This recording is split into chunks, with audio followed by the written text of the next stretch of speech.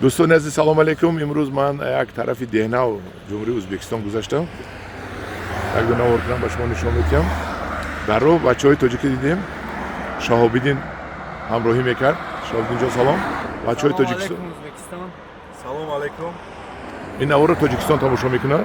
این شما این سر رو شروع کرده کجا رفتید؟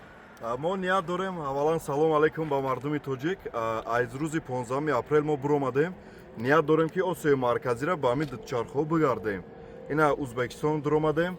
بعداً 500 کیلومتر تا بخارا را میریم. از بخارا ترکمنستان، قزاق، قرغیز، بعداً با تاجیکستان میریم. کجای شما؟ از دوشنبه. نامتون چیه؟ امید. نام شما چیه؟ نام زیا. امید جان زیا. جورا جان در این راهی استراحت سپورت استراحت چه؟ برای ما یک استراحت کیف بگیم همون خیلی لحجات. برای ما یک استراحت با شما روی صفحه جورا جان.